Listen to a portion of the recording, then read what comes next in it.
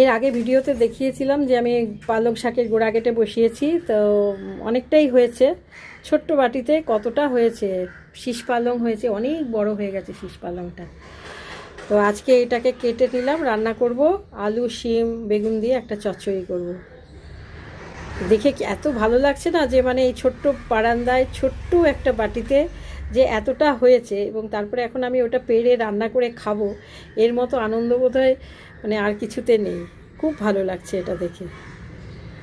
পালং শাক দেখিয়েছিলাম যে পালং শাকটা হয়েছিল, আজকে এটাকে তুলছি। অনেকটা বড় শীষ পালং। এটাকে তো মেহনত চলে গেছে, তুমি খেয়ে দিবে এটাকে। আমার ভাইপো বলছে এত কষ্ট করে এটাকে করেছে, এখন এটা খেয়ে দেবে। তো যাই হোক, এই পালং শাক করেছিলাম, এই পালং শাকটাকে এখন বেশি অনেকটা শীষ হয়ে গেছে, এই যে এত বড় শীষ হয়ে গেছে।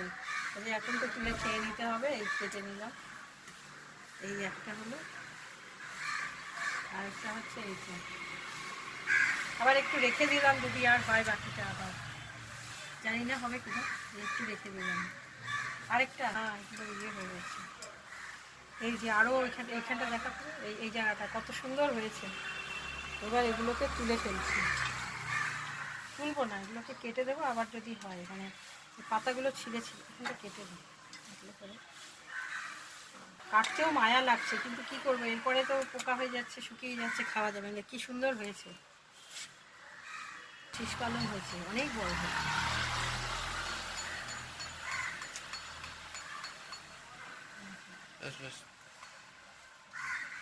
একদিনের তরকারি হয়ে যাবে, চচ্চড়ি হবে। আবার রেখে দিলাম যে বাকিটা হয় যদি।